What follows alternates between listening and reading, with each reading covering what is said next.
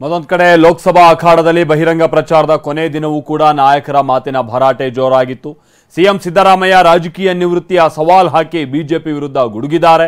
ಮತ್ತೊಂದು ಕಡೆ ವಿಪಕ್ಷ ನಾಯಕ ಆರ್ ಅಶೋಕ್ ಕೌಂಟರ್ ಮೇಲೆ ಕೌಂಟರ್ ಕೊಟ್ಟಿದ್ದಾರೆ. ಈ ಕುರಿತ ಕಂಪ್ಲೀಟ್ ರಿಪೋರ್ಟ್ ಇಲ್ಲಿದೆ ನೋಡಿ.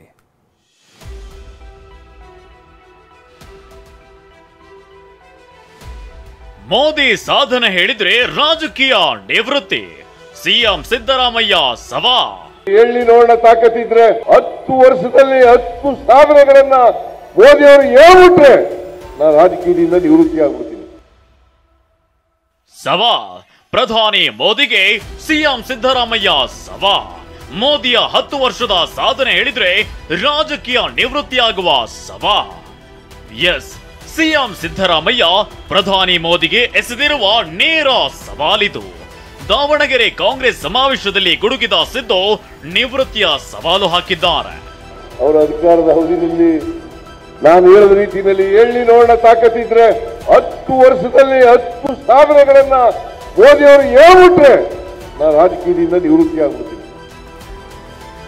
ಕೇಂದ್ರದಿಂದ ಅನ್ಯಾಯ ಧ್ವನಿ ಎತ್ತಲಿಲ್ಲ ಸಂಸದರು, ಸಿಎಂ ಸಿದ್ದು ಕಿಡಿ. ಲೋಕಸಭಾ ಚುನಾವಣೆ ನಡೀತಿರೋ ಹೊತ್ತಲ್ಲೇ ರಾಜ್ಯ ಸರ್ಕಾರ ಕೇಂದ್ರದ ವಿರುದ್ಧ ಸಮರ ಸಾರಿದೆ. ಬೆಳಗಾವಿಯಲ್ಲಿ ಜಂಟಿ ಸುದ್ದಿಗೋಷ್ಠಿ ನಡೆಸಿದ ಸಿಎಂ ಡಿಸಿಎಂ ಬರ ಪರಿಹಾರ, ಭದ್ರಾ ಮೇಲ್ದಂಡೆ ಯೋಜನೆಗೆ ಅನುದಾನ ಸೇರಿದಂತೆ ಕೆಲ ವಿಚಾರಗಳನ್ನ ಮುಂದಿಟ್ಟು ಬೆಂಕಿ ಉಗುಳಿದ್ದಾರೆ. ನಿರ್ಮಲಾ ಸೀತಾರಾಮನ್ ಅವರು 23-24 ಬಜೆಟ್ನಲ್ಲಿ ಅಪ್ಪರ್ ಭದ್ರಾ ಯೋಜನೆಗೆ 5,300 ಕೋಟಿ ಕೊಡ್ತೀವಿ ಅಂತ. 5,300 ಕೋಟಿ 23-24 ವರ್ಷ ಮುಗಿದು 1 ರೂಪಾಯಿ ಕೊಡಲಿಲ್ಲ. 25 ಜನ ಗೆಲ್ಸಿದ್ರು. ಒಬ್ಬರಾದ್ರೂ ಕೂಡ ಕನ್ನಡಿಗರಿಗೆ ಅನ್ಯಾಯ ಆಯಿತು, ಕರ್ನಾಟಕಕ್ಕೆ ಅನ್ಯಾಯ ಆಯಿತು ಅಂತ ಒಂದು ದಿನ ಬಾಯಿ ಬಿಟ್ಟಿದಾರ? Except D K Suresh. ಬರೀ ಬುರ್ಡೆ, ಬರೀ ಖಾಲಿ ಮಾತು. ನಮ್ದೇನಪ್ಪ ಅಂದ್ರೆ ನಮಗೂ ಅವ್ರಿಗೂ ಸತ್ಯಕ್ಕೂ ಸುಳ್ಳು. ಅವ್ರು ಬರೀ ಸುಳ್ಳು ಹೇಳ್ತಾವ್ರೆ, ನಾವು ಮಾಡ್ತೇವೆ. ನಾವು ಏನು ಹೇಳ್ತಾ ಇದ್ದೀವಿ ಆ ಮಾತು ಪ್ರಕಾರ ಇವತ್ತು ನಾವು ನಡ್ಕೊಂಡು ಹೋಗ್ತಾ ಇದ್ದೀವಿ.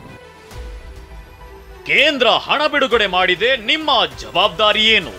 ಅಶೋಕ್ ಪ್ರಶ್ನೆ. ಕಾಂಗ್ರೆಸ್ ನಾಯಕರ ಆರೋಪಗಳಿಗೆ ಆರ್ ಅಶೋಕ್ ತಿರುಗೇಟು ಕೊಟ್ಟಿದ್ದಾರೆ.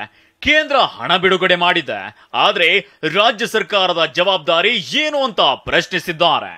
ಬರ ಘೋಷಣೆ ಮಾಡಬೇಕಾದ್ರೆ ಜುಲೈನಿಂದ ಶುರು ಮಾಡಿದ್ರು. ಈ ವಾರ ಮಾಡ್ತೀರಿ, ಈ ವಾರ ಮಾಡ್ತೀರಿ, ಈ ತಿಂಗಳಲ್ಲಿ ಮಾಡ್ತೀರಿ, ಈಗೆಲ್ಲ ಎಳ್ಕೊಂಡು ಬಂದ್ರು. ಆದ್ರೆ ಬರ ಪರಿಹಾರವನ್ನ 3.5 ತಿಂಗಳಾದ್ಮೇಲೆ ಘೋಷಣೆಯನ್ನ ಮಾಡಿದ್ರು. ಕೇಂದ್ರ ಸರ್ಕಾರ ಹಣ ಕೊಟ್ಟಿದೆ, ನಾನು ರಾಜ್ಯ ಸರ್ಕಾರವನ್ನ ಕೇಳಕ್ ಇಷ್ಟಪಡ್ತಾ ಇದ್ದೀನಿ, ನಿಮ್ ಜವಾಬ್ದಾರಿ ಏನು? ಇನ್ನು ಬೆಳಗಾವಿಯ ಮಾಧ್ಯಮಗೋಷ್ಠಿಯಲ್ಲಿ ಡಿಸಿಎಂ ಡಿಕೆ ಮೋದಿ ವಿರುದ್ಧ ಹರಿಹಾಯ್ದಿದ್ದಾರೆ. ನಮ್ಮ ಗ್ಯಾರಂಟಿ ಅನ್ನೋ ಪದವನ್ನ ಕದ್ದಿದ್ದಾರೆ ಅಂತ ಆರೋಪಿಸಿದ್ದಾರೆ. ಇದಕ್ಕೆ ಕೌಂಟರ್ ಕೊಟ್ಟಿರೋ ಆರ್ ಅಶೋಕ್ ಇನ್ನೆಷ್ಟು ದಿನ ಗ್ಯಾರಂಟಿ ಹೆಸರಿನಲ್ಲಿ ಮೋಸ ಮಾಡ್ತೀರಿ ಅಂತ ಪ್ರಶ್ನಿಸಿದ್ದಾರೆ. ನಾವು ಭಾವನೆ ಮೇಲೆ ಯೋಚನೆ ಮಾಡ್ತಲ್ಲ, ನಾವು ಬದುಕಿನ ಮೇಲೆ ಯೋಚನೆ ಮಾಡ್ತೀವಿ. ಅದಕ್ಕೆ ಇಡೀ ದೇಶ ನಮ್ಮನ್ನ ನೋಡಿ, including Modi has copied that Congress guarantee has become Modi guarantee. To steal the word guarantee. He steal the word. ಕದ್ಬಿಟ್ರು ನಮ್ಮಿಂದ, ಕದ್ಬಿಟ್ರು. ಎಷ್ಟು ದಿನ ಈ ಗ್ಯಾರಂಟಿ ಹೆಸರು ಹೇಳ್ಕೊಂಡು ರೈತರಿಗೆ ಮೋಸ ಮಾಡ್ತೀರಾ ಕಾಂಗ್ರೆಸ್ ಅವರೇ? ಈಗ ಬಂದಿರುವಂತ ಕೇಂದ್ರ ಸರ್ಕಾರದ ಹಣವನ್ನಾದರೂ ಸದ್ಬಳಕೆ ಮಾಡಿಕೊಂಡು ಕೆಲಸ ಮಾಡಿ. ಸೋಲಿನ ಬಳಿಕ ಸಿದ್ದರಾಮಯ್ಯ ರಾಜೀನಾಮೆ ನೀಡಬಹುದು. ಸರ್ಕಾರ ಪತನ ಭವಿಷ್ಯ ನುಡಿದ ಮಾಜಿ ಸಚಿವ ಸಿಸಿ ಪಾಟೀಲ್. ಯಾವುದೇ ಸಂದರ್ಭದಲ್ಲಿ ವಿಧಾನಸಭೆಗೆ ಚುನಾವಣೆ ಬರಬಹುದು ಅನ್ನೋ ಮೂಲಕ ಮಾಜಿ ಸಚಿವ ಸಿಸಿ ಪಾಟೀಲ್ ಸ್ಫೋಟಕ ಹೇಳಿಕೆ ನೀಡಿದ್ದಾರೆ. ಸೋಲಿನ ಬಳಿಕ ಸಿದ್ದರಾಮಯ್ಯ ರಾಜೀನಾಮೆ ಪ್ರಸಂಗ ನಡೆಯಬಹುದು ಅಂತ ಹೇಳಿದ್ದಾರೆ. ಇನ್ನು ಇದೇ ವಿಚಾರವಾಗಿ ಮಾತನಾಡಿದ ಮಾಜಿ ಸಿಎಂ ಬಿಎಸ್ವೈ, ಕಾಂಗ್ರೆಸ್ನಲ್ಲಿ 3 ಬಣಗಳಿವೆ ಅಂತ ಹೇಳಿದ್ದಾರೆ. ಲೋಕಸಭಾ ಚುನಾವಣೆ ನಂತರ ಕಾಂಗ್ರೆಸ್ ಪಕ್ಷ ಬಹುತೇಕ ಡಿವೈಡ್ ಆಕೈತಿ, ಕಾಂಗ್ರೆಸ್ ಮುಕ್ತ ಭಾರತ ಆಕೈತಿ. ಸೋಲಿನ ಹೊಣೆಯನ್ನು ಹೊತ್ತು ಸಿದ್ದರಾಮಯ್ಯನವರು ರಾಜೀನಾಮೆ ಕೊಡಬೇಕಾದಂತ ಪ್ರಸಂಗ ಬರಬಹುದು. ಕಾಂಗ್ರೆಸ್ನಲ್ಲಿ ಈಗ 3 ಬಣಗಳಿದ್ದಾವೆ. ಸಿದ್ದರಾಮಯ್ಯ ಬಣ, ಮಲ್ಲಿಕಾರ್ಜುನ ಖರ್ಗೆ ಬಣ, ಶಿವಕುಮಾರ್ ಅವರ ಬಣ.